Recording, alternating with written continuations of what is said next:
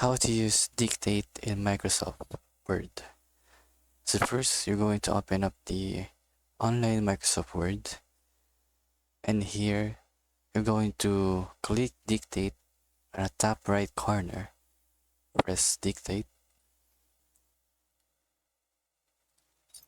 So first, it's going to ask for microphone permission, so you need to allow it first. So after allowing the Dictate permission, now we can test it. So first, I'm going to say a word or a sentence. Hello, everybody.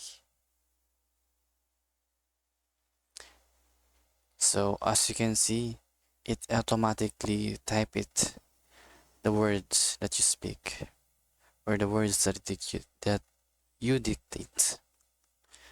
So what features that you can use for this dictate? So for example, we're gonna make this bold.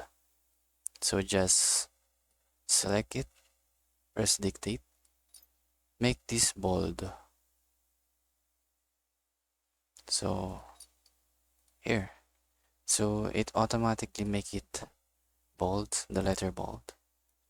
So that's pretty much it. So there's other features that you can do in dictate. So many useful tools that you can use for it. So that's pretty much it. Thank you.